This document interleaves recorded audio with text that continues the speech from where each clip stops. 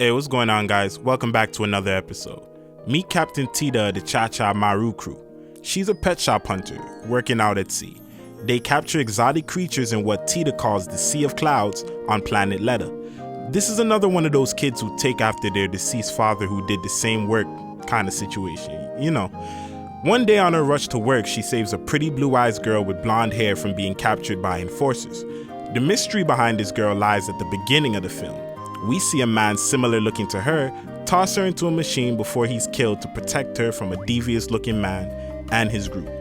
We later find out that this girl was reported dead with her father, which causes issues for Tita because technically this girl's supposed to be dead.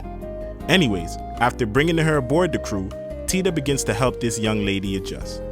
It isn't before long till this girl begins to be pursued and her pursuers are relentless with their pursuit. You see, this girl's father was working for a dummy company doing research and developing gravity belts that keep the city afloat. This organization is a rogue faction of the military on planet Leda.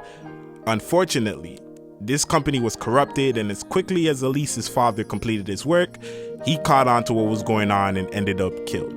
This is where her and Tita find a connection, as Tita's father died as well. Elise, by the way, is the name of our pretty blonde friend. Anyways, this explains why her father made sure to get her the hell up out of there. But you'll have to watch the actual anime to see how this one wraps up. But I'll throw out there, if you don't have the common sense to see where this goes, then Tita's crew takes the military crew that killed Elise's father. They take each other on, and the rest goes on from there. Although this anime's main plot is trying to save the world from the faction that murdered Elise's father, there's a strong sense of character interaction here that I find very satisfying.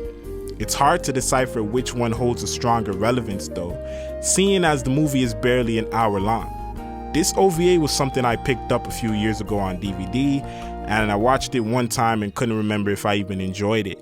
So I did the rewatch recently, and I can honestly say I'm actually a fan of Plastic Little. I think it has enough elements going for itself to make it a classic in its own right. The story isn't anything crazy generic, but it's also not too complex to follow. For something that's 50 minutes long, they paced it very well. I believe the visuals for Plastic Little may be the best part of this anime, the art style specifically. It has a very refined attention to detail, as each character looks like they were given their own space and their own special time and dedication to be drawn. The setting is also an interesting one, between the sky and the ocean. Now don't get me wrong, there are moments where this animation falls the hell off and it doesn't really look all that great, but for the most part I found myself foaming over the anime's art majority of the time.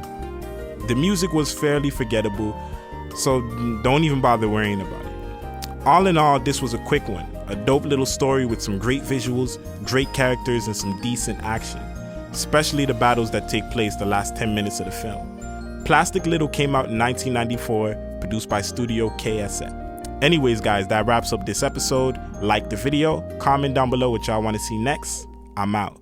Thanks for watching Anime Back When.